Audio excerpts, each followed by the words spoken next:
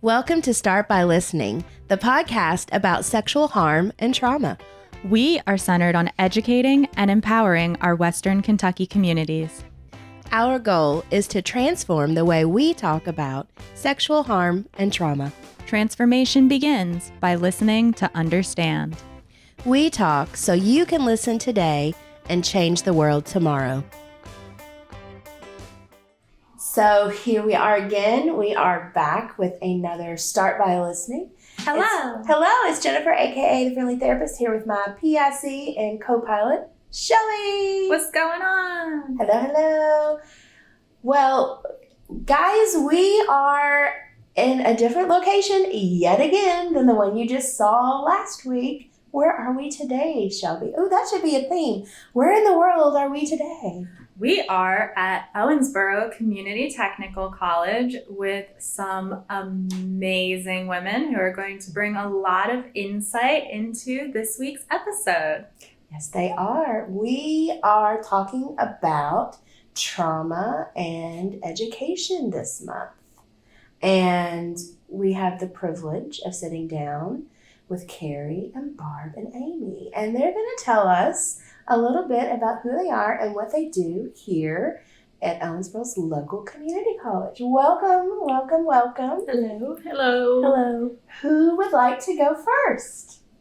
Well, Amy's and Carrie are pointing to They me. are. They're like, Barb, it's you. So my name's Barb Tipmore, and I'm the Director of Counseling here at OCTC.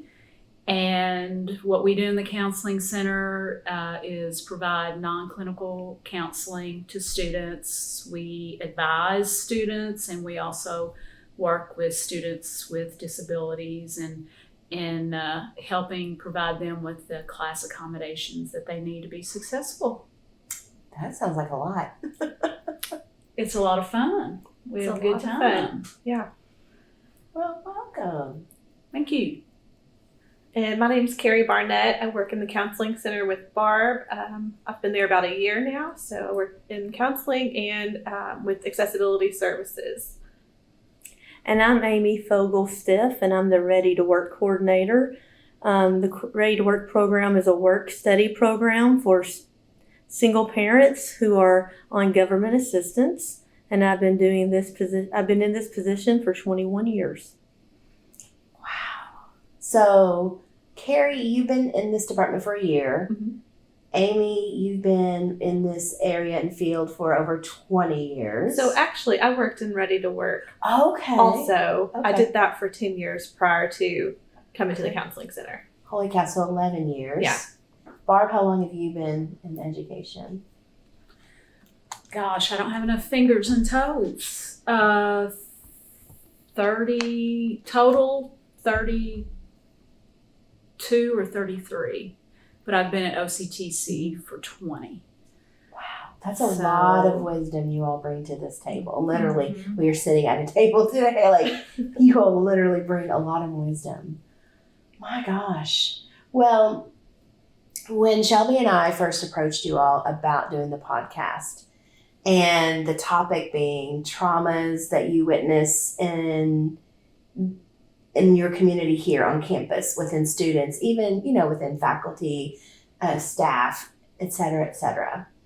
When we had our initial meeting, boy, there was lots of great free-flowing conversation and a lot of just eye-opening things that even as a therapist, like, I don't work in this world, it would not have crossed my mind.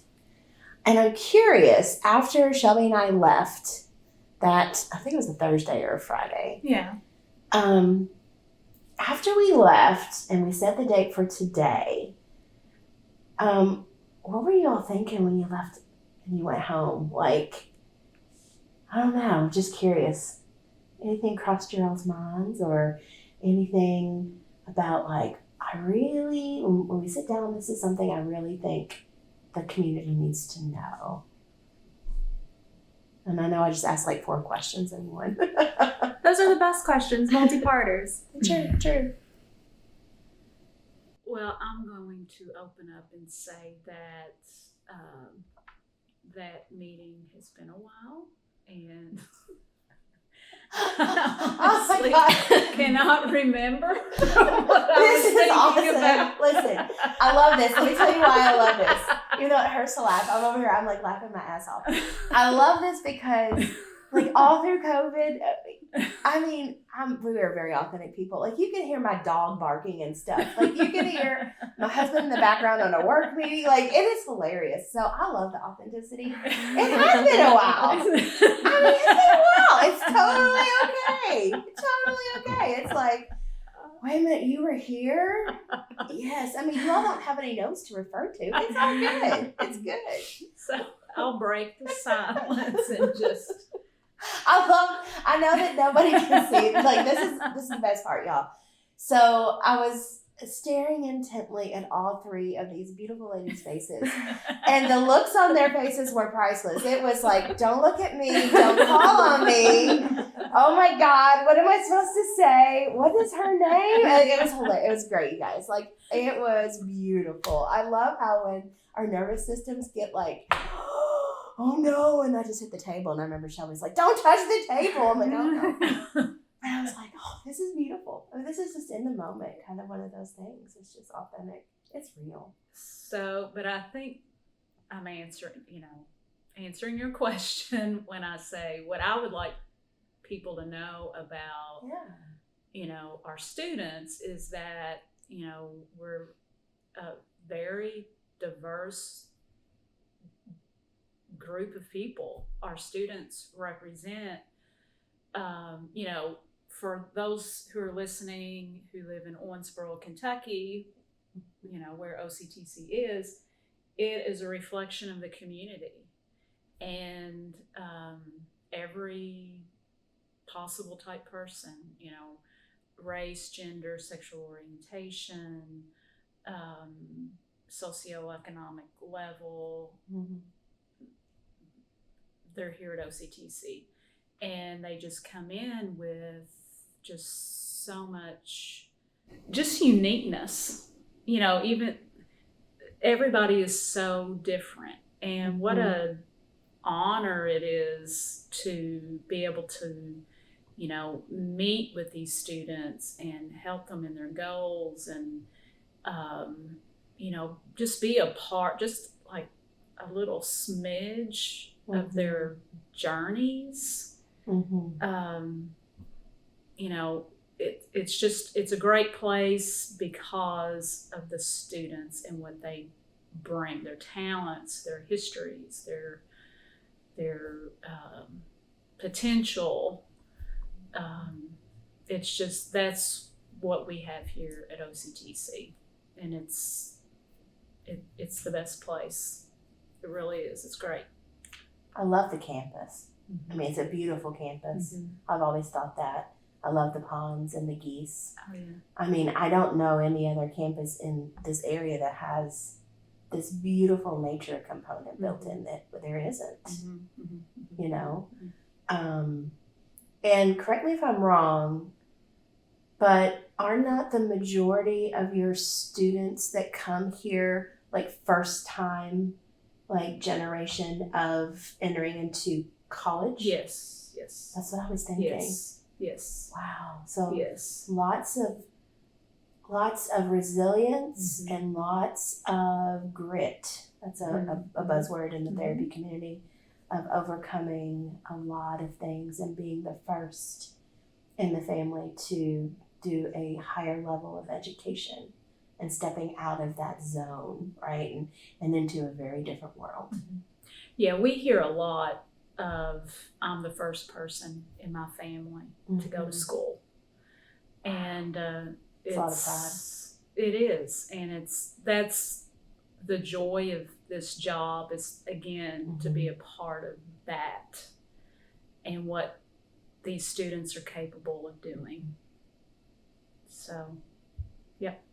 Capable is a good word, because we always heard the phrase education pays, and we think of it as a bank account. Like, you get this degree, you get this much money, you get this degree, you get this much money. But for some students, for some people who have boundaries in their lives and have issues that that burden them more than the next student. Mm-hmm. It pays for them.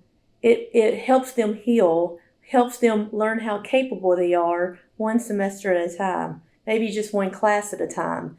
Accomplishing Math 150. Math 150 is college algebra. It's the class, it's the math class you have to have for most of the degrees.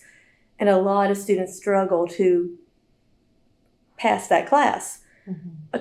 Passing that class is a huge gold star for someone who has a lot in their life. Yeah.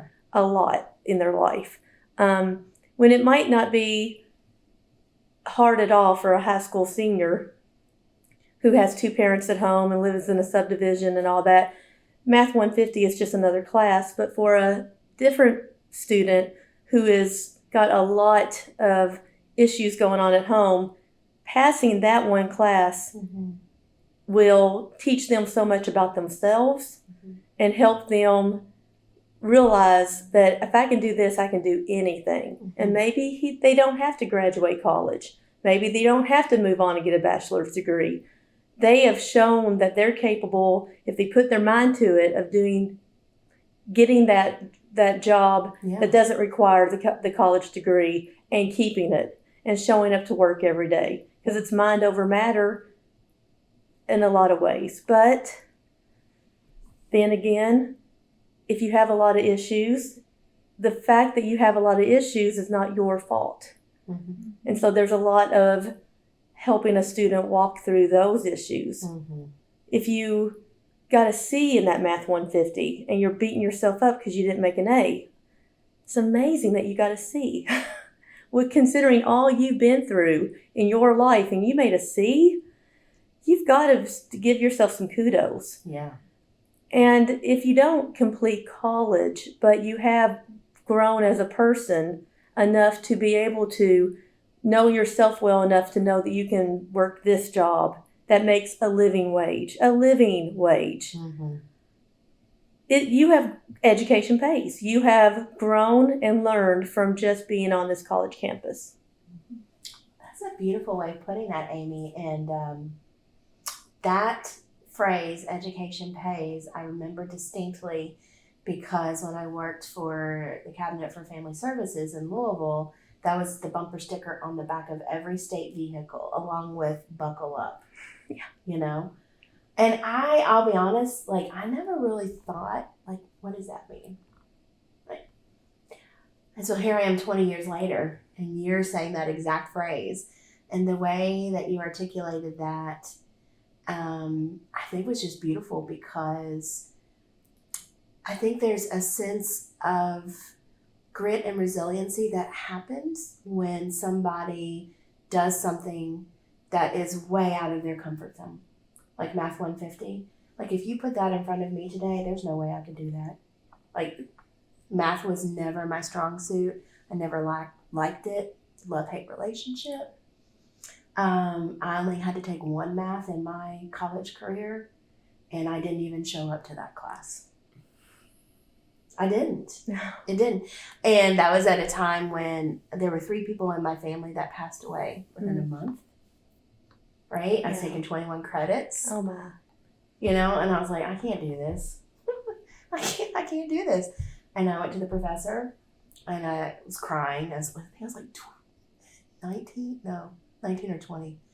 And I just told him the story. I said, this is what's happening. I don't know how to pass your class. I don't even understand what you're talking. I said, why are there word problems in a math class and statistics? And he was very kind to me. And he said, you just show up for the final and I'll give you a C. Okay. Yeah, like that was a very nice man. Right. Did I earn the C? Some might say yes, some might say no, right? Depends on if you look at all the barriers I was overcoming at that time. But education does pay in so many different ways. And it's not just monetary. So I hate to be a Debbie Downer, but this is the first thing that comes to my mind. Beautiful sentiment, overcoming barriers. Amazing. I love it. Education does pay in that sense. But when I'm thinking of people who are taking college courses and may not necessarily finish with a degree, I think about the debt. And you can't not think about the debt, because you pay to take 3 classes, you never finish, you never get your degree. Yeah, you can write some college on a job application, but how far is that going to get you? And people who are coming, who have to overcome barriers such as poverty, or maybe the first in their generation to go to school, now they're in how much debt because they took a few classes, and are they worse off? I mean, I'm asking this because I come from I grew up in poverty. Full disclosure, I'm not ashamed of it. If I didn't get my bachelor's degree, and I got a lot of grants and I got a couple scholarships, but I can't imagine, like, I still graduated with a lot of debt, and I can't imagine where I would be if I didn't get my degree, still had to work, not necessarily a bachelor's level degree job, and pay off those student loans. So with the Ready to Work program, what is the financial assistance like, and how are you seeing students work through the barrier of college debt? Well, with the Ready to Work program, our students are on government assistance, and so they all receive Pell Grants. And the Pell Grant covers education 100%. So does it? Well, we're talking about an associate's degree at a community college. Associate's degree, okay. At a community college. If a Pell Grant might not cover 100% at a university. Yeah. But at our community college, our education, our tuition, our books are very affordable. That's great. And you can take out a loan if you feel like you need to for life purposes outside of tuition and books. But for the most part, our Ready to Work students, our students who are on government assistance, can have their tuition and books paid for fully with a Pell Grant. That is amazing, and that's exactly what I wanted to hear. I'm glad, because that means so much. That means so much to so many people. And the affordability of OCTC is, it's key, and that's why we do have such a diverse population, because it's affordable. And I just lost my train of thought. Comparatively.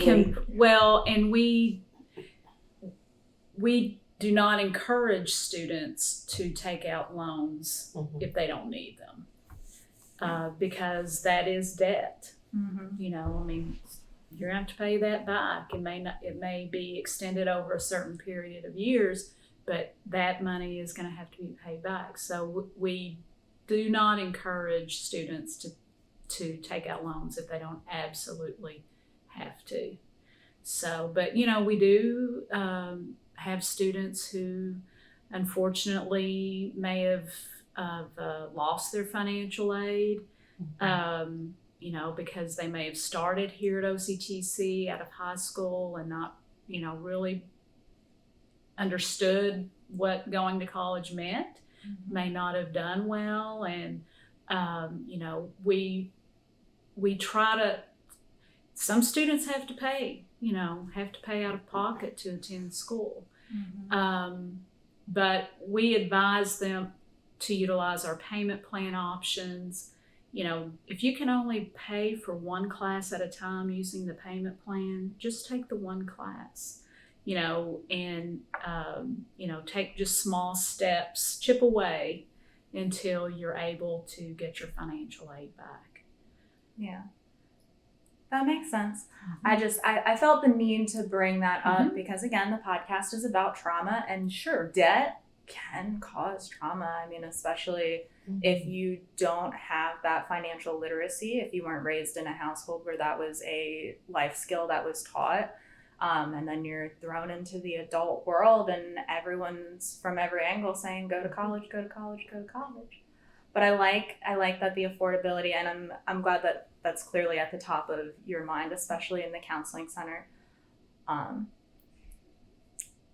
Well, also in our department, anyone who falls below the financial aid guidelines, which is a 2.0, they have to meet with a counselor. So we're meeting with those students to tell them, the status of their aid, how it could be affected. So we're meeting with those students each semester to help get them right on the right track so that they don't completely lose all of their aid. So that's one step that we do take. Oh, that's nice. Mm-hmm. I'm trying to think back. I had to meet with an advisor, I think, every semester just to like do my classes or something. I was like, no. And this is way before computers. This is where you had to stand in line in the gymnasium at 8 o'clock in the morning. Yeah. Oh, Lord. That was rough times. So it really sounds like your department in the counseling center, that you all really come at this from like a holistic view. It's like looking at what students are bringing with them when they show up on campus, right? Understanding what some of those obstacles and barriers might be, and then helping them to work through that to the best of your all's ability, and referring out as needed for those people who might need more than just like the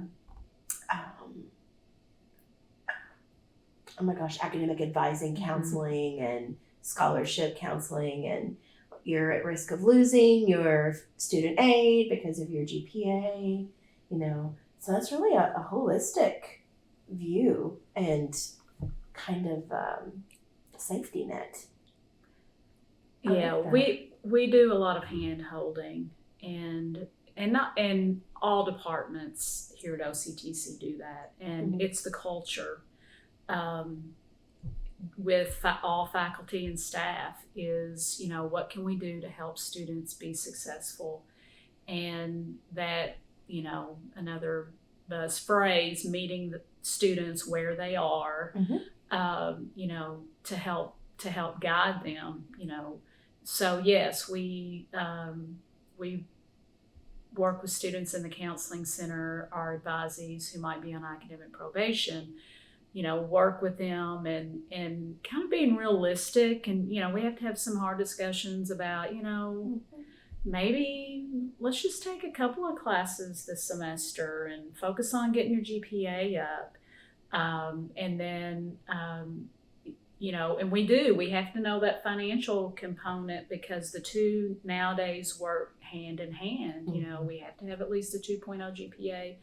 Our completion rate needs to be at least 67% in order to receive financial aid. And for many students, for all students, finances are an issue, but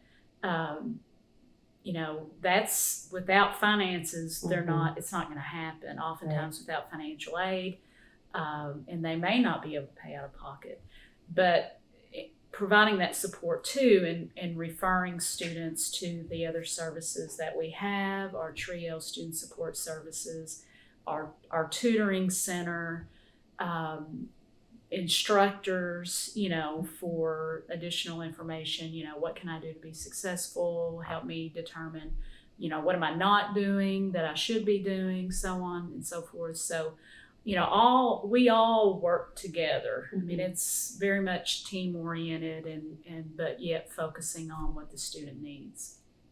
And the college has taken an approach to find what barriers that we can meet as a college together. So there's, we have a food pantry on the main campus and downtown campus for students to utilize without filling out any paperwork, without making an appointment. They don't have to ask. They just go in and get what they need.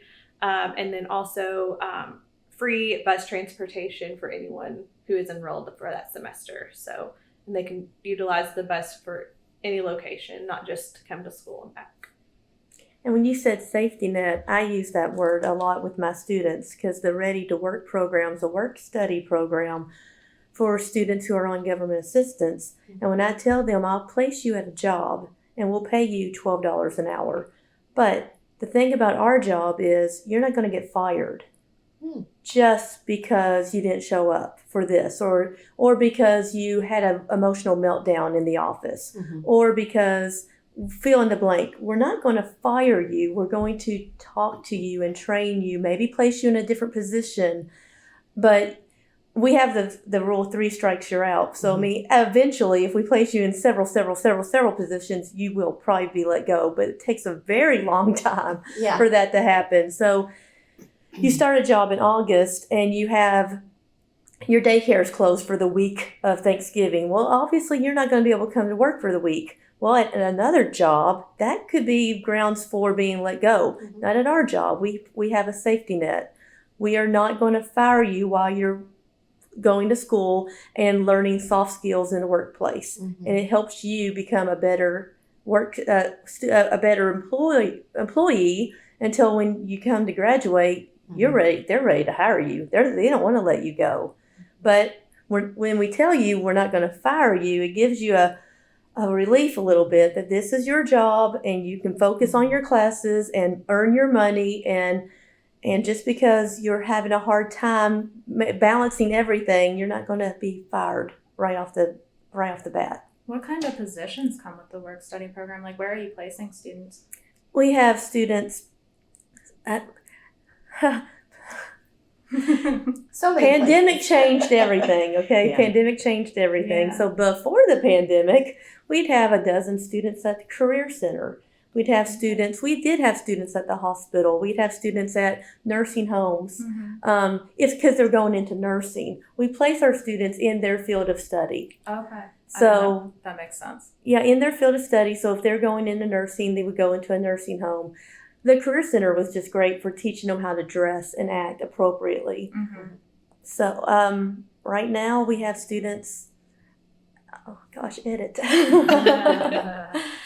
Because we are rebuilding from the pandemic. So a lot of students are placed on campus right now. Yeah. Well, I mean, I'm sure that we could have like a 5-hour conversation about how things were before, right? Yeah. 2020 versus now. I mean, and that's just a trauma in and of itself that all of us have experienced in different ways.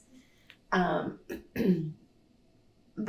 I think that's wonderful that this program helps individuals to learn those skills, because I think about some of the skills we teach at New Beginnings. We teach people boundaries. We teach people how to say the word no, right? We teach body autonomy.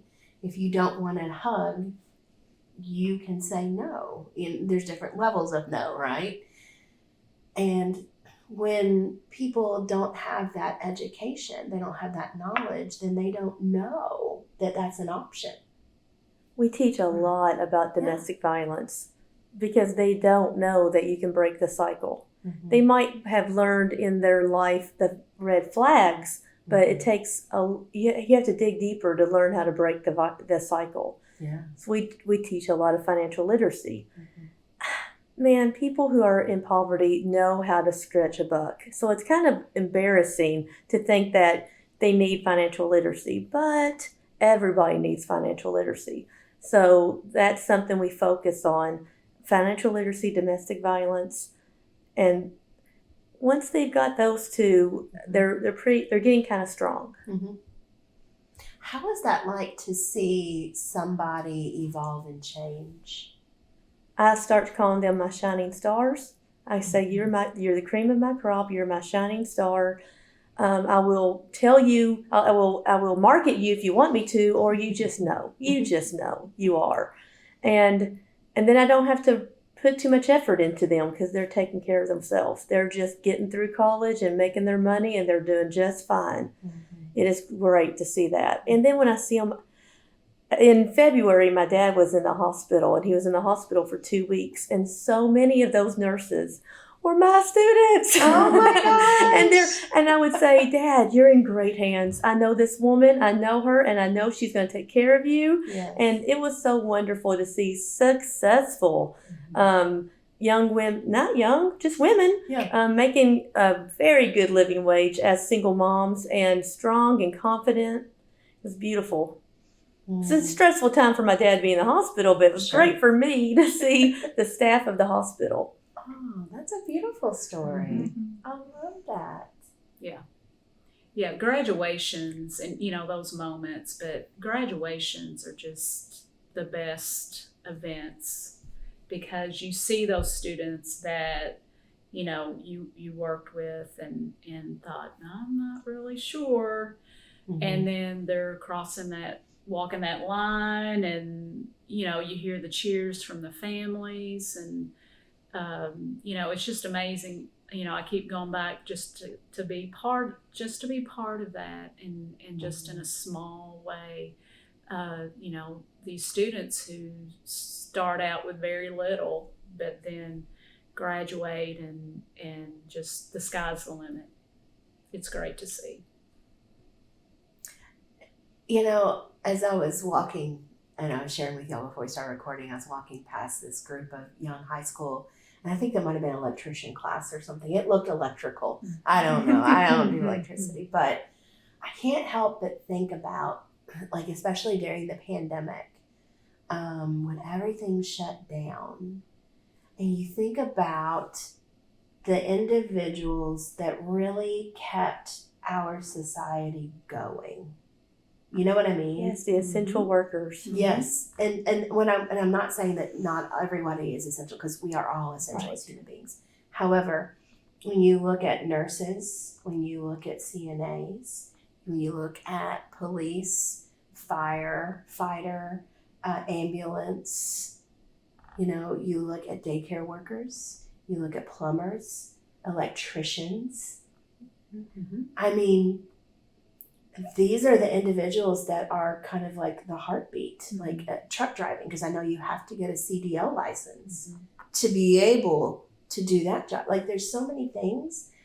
And as I was walking past, it struck me, I was like, I wonder if somebody had introduced me when I was in high school to a hands-on job and learning. Like, those individuals, education pays, going back to what you said, Amy. Yes, education pays in so many ways, but especially in jobs like plumbing and electricity, and I don't know what it's called, I'm just going to call it that. Mechanics, because I think that's at the downtown. The Southeast campus. Automotive. Yes. Oh my gosh. Yeah. Like, that's really like excellent money. And I'm just going to take it back to women and bring in the feminist perspective. Like, in our city, there is not a female-owned, operated plumbing, electrician, or a mechanic garage. And we have been working on that for decades. And if we try to promote the non-traditional careers for women. Because when you and I went to college, we were told education or nursing. Education or nursing. You can be a teacher or a nurse. For women. Right. But at this community college, you can go into any program and nothing is keeping you from it. But many of our women just choose not to go into those programs. I don't know why. We do push it, but they just choose not to. Another barrier that women have in fields like this is childcare. Yes. Amen. Yes. You can't run a plumbing business and work late hours whenever you don't have someone to watch your child. Or always go to school in the technical fields, which are less flexible, right? Yeah. I can't do those programs online like other programs. Yeah, you're there Monday through Friday, pretty much all day. So, nursing is that way too. Like, when I went into nursing school, I mean, I remember they told us, and I don't have children, so it wasn't an issue for me, but you need a backup, to your backup, and a backup to your backup, because you cannot miss. That was like 12 years ago. And so that's still the case. It is. And I just think if we could remove those barriers for women and really support in the understanding of, I'm a mother and I want to learn and be a worker. Wow, wouldn't that just be an amazing... A simple example of that is I had a student graduate with her degree as an electrician, the one and only student in 20-something years. I've only had one female student graduate with a degree in electrician, but she could not get a job at one of the plants because you had to be at work at 6:30 in the morning, and daycares don't open until 6:30. Wow. That little tiny hiccup is what kept her from making the money that electricians make. And if you don't have mom and grandma and aunt and uncle, if you don't have the support system to watch your kids, and the daycares don't open. And my husband's place of business, he has to be at work at 6:30 in the morning, and he doesn't get off till 6:30 at night. Daycares close before 6:30 at night. Our society is not set up for women to work equally. Absolutely. Yep. That is a very powerful statement and very true. But it's the women who it's particularly, in, let me take a step back. It's the women without partners, right? Mm-hmm. Who are driving, Mm-hmm.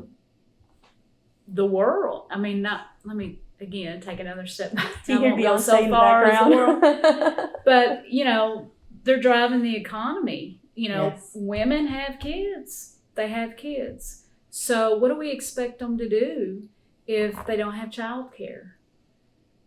Mm-hmm. They need to pay for their families. They need to pay for housing, food, childcare, et cetera, et cetera. So what are we expecting them to do? How do we expect them to do that? Mm.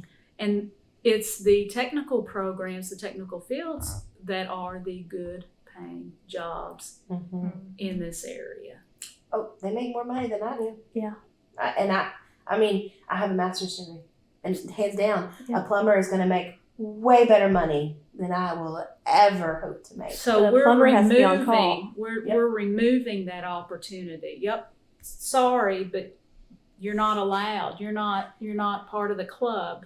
So we're telling you on paper that this is doable, right?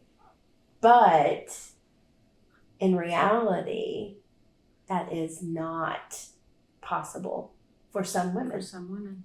Yeah, who want a family Mm-hmm. and who don't have a support system at home or a partner to assist them. Yeah. And the industry is definitely not going to change, is it? No, we realized that during the pandemic. We realized that our education system wasn't just for education for the children. It was a child care center for the parents to go to work. If if the school shut down, then the moms have to all stay home. And it was eye-opening for me. I didn't realize how throwaway I was in this society. The community college went on, and I worked from home, and it was really eye-opening that the society, if school shut down, women have to stay home.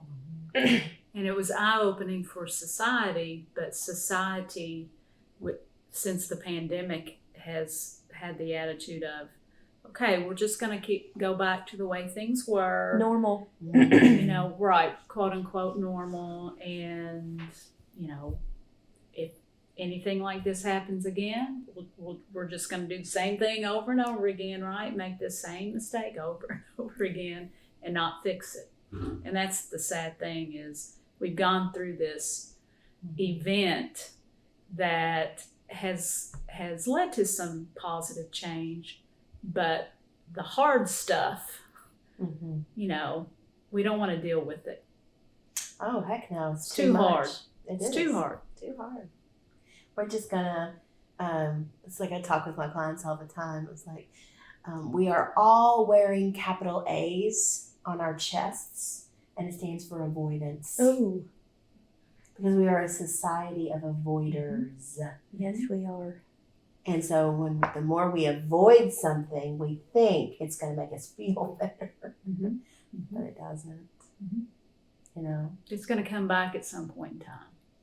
Well, yeah, and we're seeing that now too, especially because we're in year 3 of 20 of a pandemic.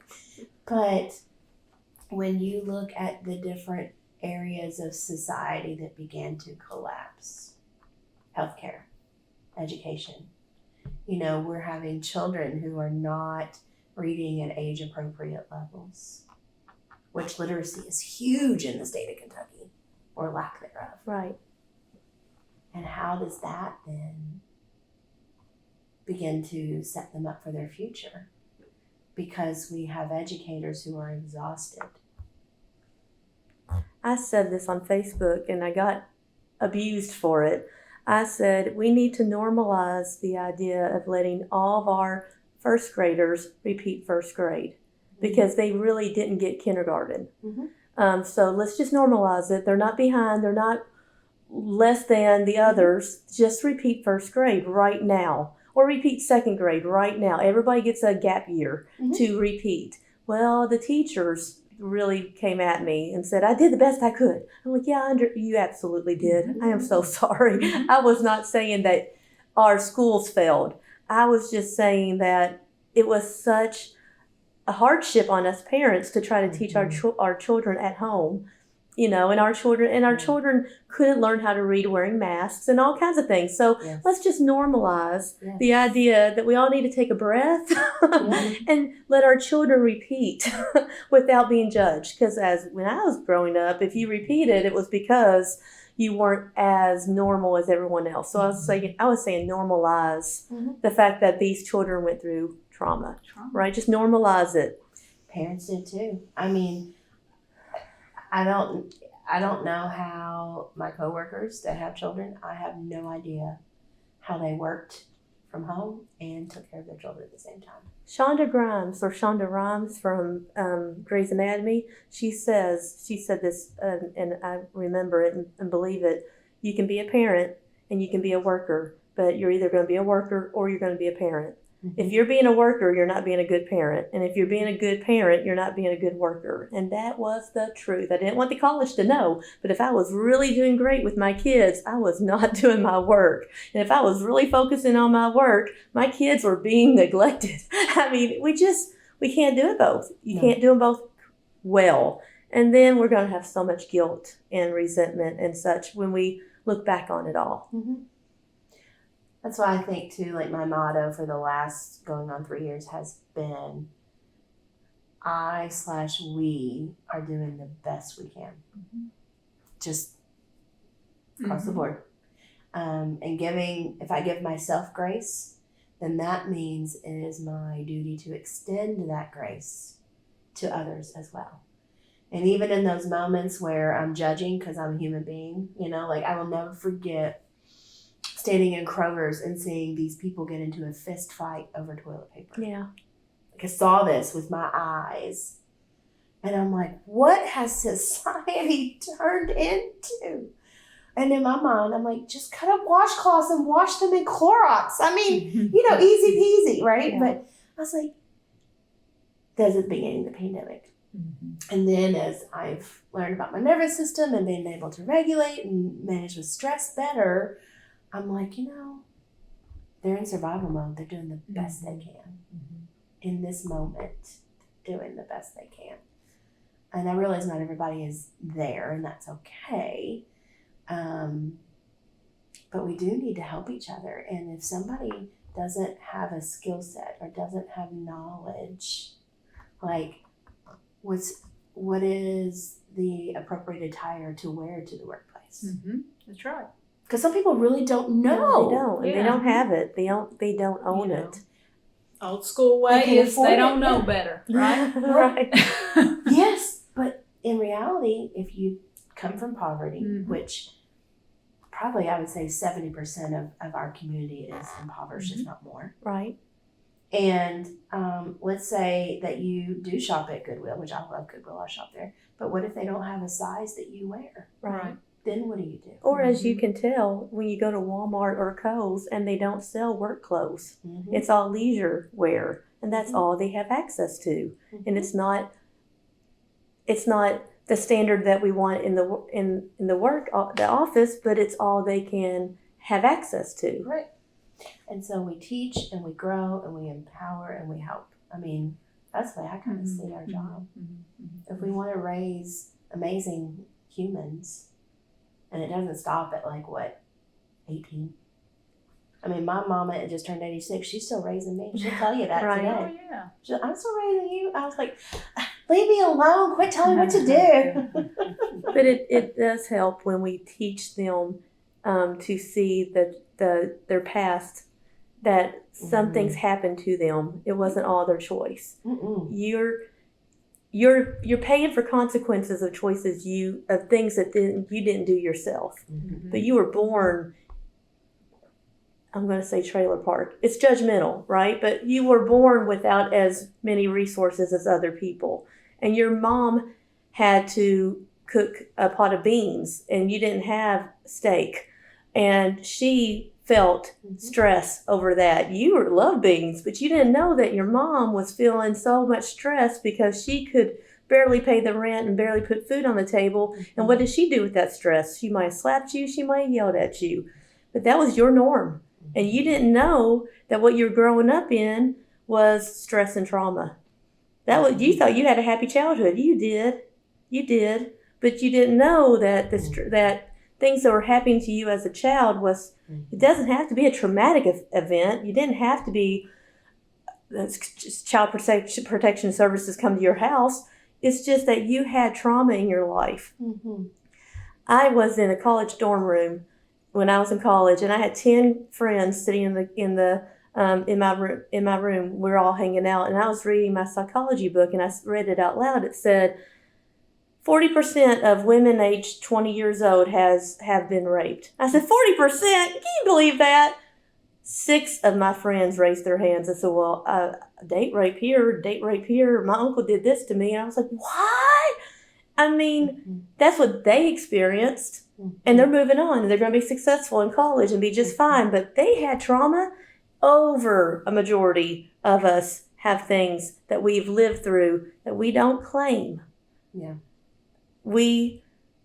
Our choices are our own, but not so much because of the things that have happened to you in your life affect you. We always say, well, just pull yourself up by your bootstraps. Well, some people don't have boots. And stop acting like everybody has boots. Yeah, some people do not have any boots. Never have. I love it. What are you doing pushing that paper toward me? You've got your third, is it a second co-host? I need a third PIC. There you go. No, not a third. Look, see, I told you I don't do math. I can't count. A second. Oh my God, this is why I went into therapy. There's 3 of us. It's close enough. Yeah. I mean, like, there would be 3 then, so it makes sense. Oh, It's yeah. the anesthesia. It's the anesthesia. Well, I think that was a beautiful sentiment to start wrapping this up. Is there anything at all that you guys would like to plug or final words before Jennifer and I go into a little bit of fun to shake off all the trauma talk and loosen up the end of the episode? Plugs? Pointing to me, a plug? Plugs. Anything. Well, if anyone in the Owensboro area, Davis County area is listening, I'm here to tell you that there is no better, I'm sorry, but there's no better place to get started on your education than Owensboro Community and Technical College. It is a great place with a culture of acceptance, encouragement, support. It's the best place ever, and that's why I've been here for 20 years. And I'll retire from here whenever that is, but that's a different discussion of, we're now, our retirement plan is to just keep working. Is that right? So, but in any event, it's a great place. And then, I had another plug. I'm functioning on like 4 hours of sleep. So that's one of the reasons. Oh, me too. Battling. Well, So, I'll plug. yeah. If any business or organization would like to have a work study student in their office to give them a safety net while they're going to school, and we would like to collaborate with the Ready to Work program, we would be interested in working with you. Awesome. Yeah, absolutely. And then I just remembered the other piece is for anyone who's listening is, if you are ever at a point in your life where you feel like, I don't know that I can get my education. I don't know. I want to do more. I don't care what you do, where you go, it's possible. The possibilities are endless. You're never too fill in the blank to, get an education and improve your life. So there you go. Love it. Carrie, you have any final thoughts or words? I think they've said it all. Those are both very beautiful sentiments. And for reaching out purposes, we will be putting all of your information in the bio for everyone to check out if they would like to contact you. Yeah. You know, I can say, I've known you since I was 14. Amy, I think I met you when I was 14. Yes. Carrie, I just met you a month ago, but I'm just saying. We'll talk again in 14 years, but no. I mean, the passion that you all have for what you do, that is very evident. And so I think your students are blessed to have you in their lives, because I have no doubt that when they come into your offices, they're going to get your full attention and you're going to help them in whatever way you can. And I mean, That's true. That's true. I just know that. And so the community college is equally blessed to have you guys here. Thank you. So thank you for what you did for our community. Thank you. Thank you for your podcast. And thank you for your podcast. And thank New Beginnings. Thank you all for what you do with New Beginnings. Yeah. One of the things I've been fortunate to do while at OCTC is have a closer relationship with New Beginnings. You all do fascinating work. Everyone that works at New Beginnings is passionate about what you do, and what you do for the community is fantastic, awesome, and just it's the best place. Thank you. Excellent. Well done. I'm partial. I love it there. Excellent. I'm gonna die there and retire from there too. When I'm like 90, so you know, I'll have my oxygen tank and my wheelchair. I'll still be doing therapy. And you know, the relationship that we've built with New Beginnings, that OCTC has built with New Beginnings, is fantastic. And just thank you all. We appreciate it. Okay, rapid fire questions? Yes. Okay. You know what? We can skip it. Are we Oh, no. skipping rapid fire No, I'm questions? just making the transition. A big sigh is a transition within the nervous system. All right. We're going to ask you rapid fire questions. Are you ready? Are you ready? Shake it out, Carrie. Shake it out. Shake it out. Yes, we just talked about a lot of deep conversation. So now we're just going to have 5 minutes of fun. So, number one rapid fire question. If you could have any superpower, what would it be? I've answered this question before. My superpower would be to take away pain. Ooh. A healer. Emotional and physical, all pain. Healer. All gone. Beautiful. Love it. Mine's more selfish. Mine would be to be able to do any home repair possible.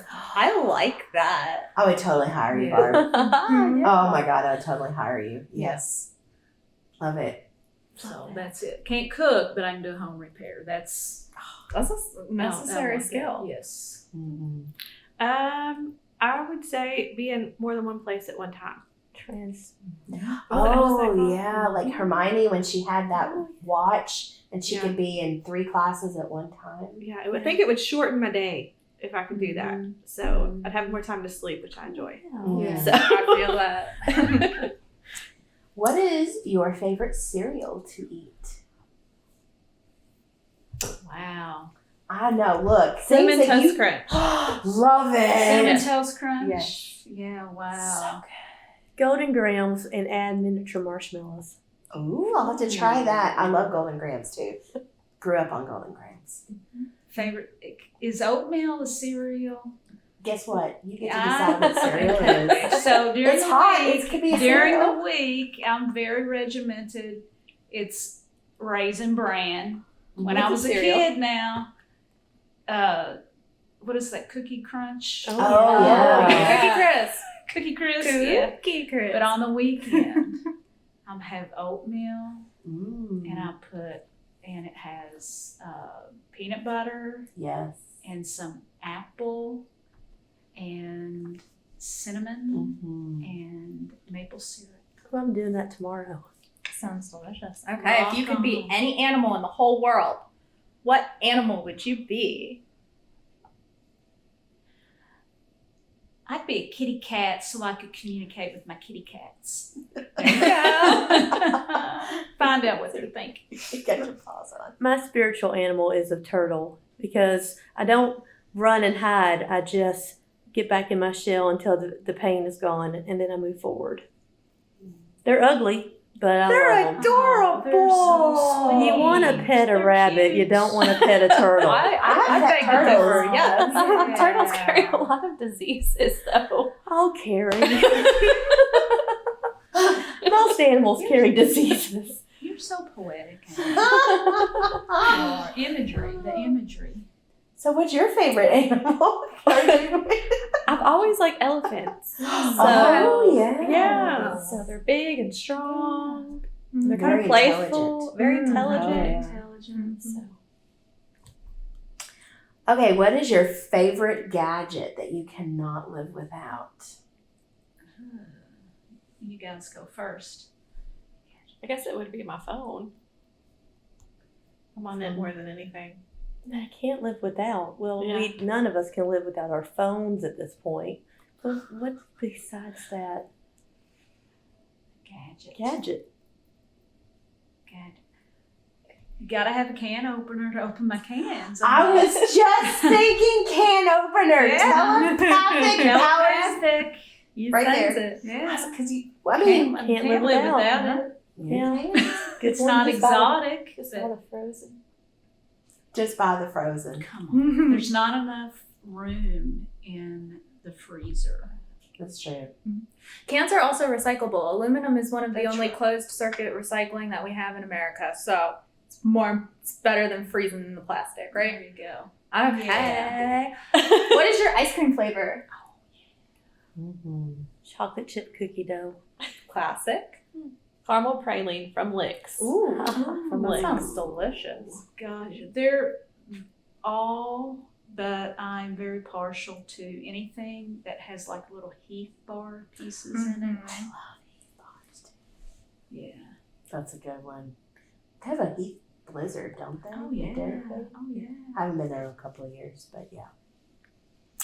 What is your favorite board game that you like to play? Talk about family trauma. I don't like board games. There you go. I play Uno.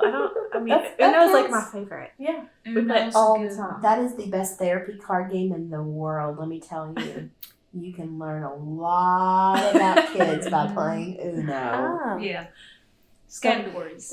I like that one too.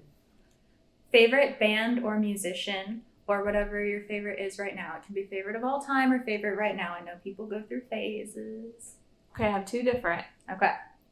Don't judge me. No So judgment. my first favorite of all time is going to be Britney Spears. Okay. She is amazing. Yeah. She does love Britney Spears. But my favorite right now is Lizzo. Oh, Okay. yes. Icon. Yeah. What, Barb? I'm just thinking. I have to say John Prine.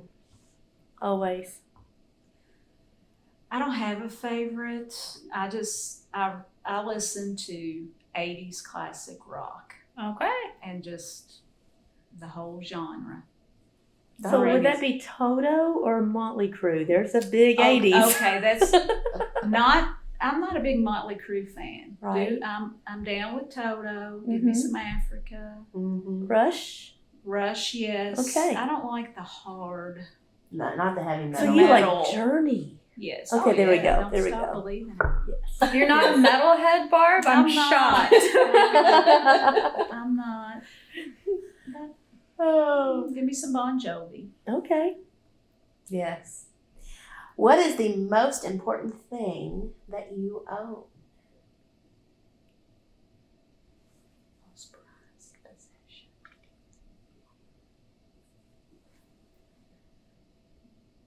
I'm gonna just say my vehicle. Gets me here, there, and everywhere. That makes sense. Mm-hmm. I don't feel like I have a real attachment to things. But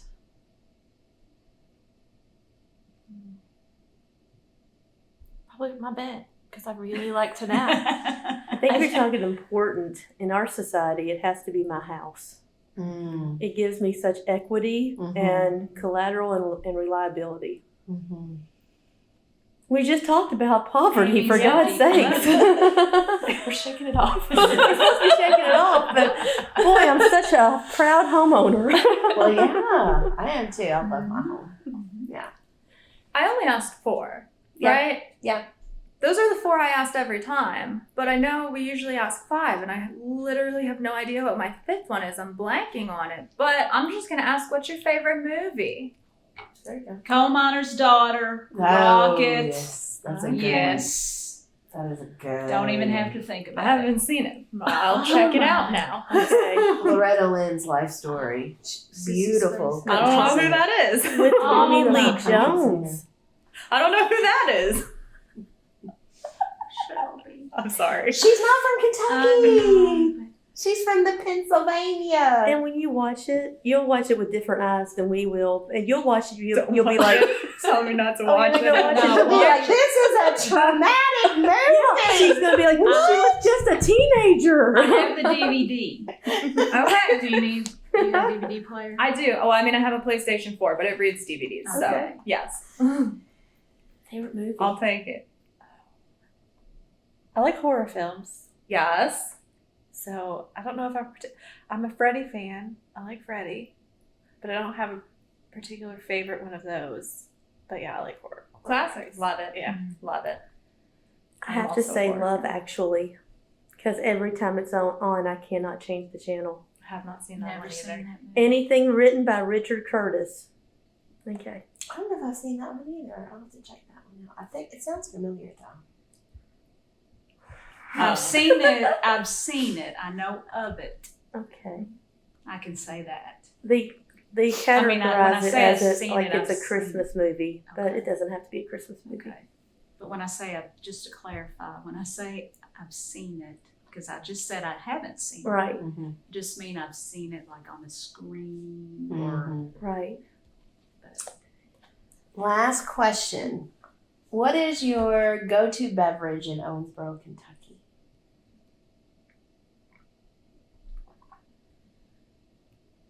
So,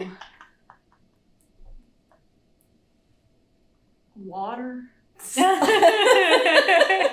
the Ohio River water. Diet Dr. Pepper, and Yingling. Oh. Say what? Yingling's from Scranton, Pennsylvania. Pottsville, Pennsylvania. Yingling. They just got Yingling down here, didn't they? Where do you It's been find a few it? years. It's been oh yeah, Kroger, yeah. What is And that Yingling, water? It's beer. it's beer. Oh, oh my I'm God. sorry. I'm That's like, a Pennsylvania is that beer, flavored though. water? What is It's it? good. It's good stuff. It's really smooth. Oh my God, that's hilarious. It's a I lager. do not drink alcohol. Yeah, I'd rather eat chips.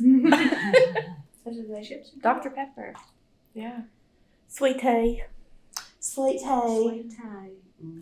Now, is there a special place, or do you make your own, or do you not I do not make discriminate? my own. I have to buy it. So it has to be Milo sweet tea. I love their tea. But It's who, too expensive. Who had your favorite sweet tea before that? Because Carrie. it's my favorite sweet tea Carrie, too. you're not supposed to do that to me. Okay, well, my favorite sweet tea in Dunkin' Owensboro is Donuts. Dunkin' Donuts. it is good. It is. It's so good. I stopped for a second. It is good. As long as we bring a big cup of Dunkin' Donuts sweet tea to work, we are happy. It's like, I can do whatever needs to be done. Just let me sip my tea. Oh my It's God. true. I love But it. I try to live healthier, so I don't try to drink sweet tea, and that's sweet That's tea. very sweet, yeah. Yeah. That's the diabetes tea. Yeah. That and McDonald's. Oh, my I can't. God. Yeah. I can't drink their sweet tea anymore. McDonald's is cough syrup. Yeah. It's just too bad. I used to love it as a kid. I haven't drank sweet tea in years and years and years, so I can't remember. But I'll do a remember half liking and it. half. Like I Alright. like the tea at Great Harvest. Yeah. And I'll do half the unsweet and half the sweet. It's just like just the right amount. McAllister's. Mm-hmm. That is some good tea. Yeah. I like their tea. We know. I'm gonna have to check out Dunkin' Donuts. Do you like really, really sweet tea? Is that what Dunkin' You- is? You might want to ask You half can't and even half. order it like that. Well, I can't because I use the app, and you can't just order sweet tea. You have to put the sugar in yourself. Oh, last time I ordered it, it was sweet. Using the app? No, just Okay. in Drive through. Okay, drive through, you say sweet tea, they give you sweet tea. This is great podcast. Oh yeah, it is. Advertising for Dunkin'. Go to the only Dunkin' Donuts in Owensboro, Kentucky, located on Frederick Street, right across from the KWC. Edit out the McDonald's and We're gonna get sued. Yeah. Oh, well, ladies, it was lovely being here with you all today. Thank you so much. Thank you. Enjoyed it. Thank you. Thank you. And as we tell our listeners that some form or fashion, I usually get the words always jumbled, but I always tell them that you can change the world tomorrow just by listening today. So thanks for tuning in, everybody. Yay, thank you. Yay. Well, we've made it to the end of our episode. We want to thank you for listening. We hope you'll take something you heard today and use it to change the world tomorrow. We wanted to thank our music producer, Seth Hedges, from Uriah Wild Media. His website is in the show description. Also, a big shout out to Roddy Newton, our technical advisor. See you next time. This project was supported by grant number VOCA 2020 Green River 26, awarded through the Kentucky Justice and Public Safety Cabinet by the U.S. Department of Justice. The opinions, findings, conclusions, and recommendations expressed in this program are those of the authors and do not necessarily reflect the views of the Kentucky Justice and Public Safety Cabinet or the U.S. Department of Justice. Thank you.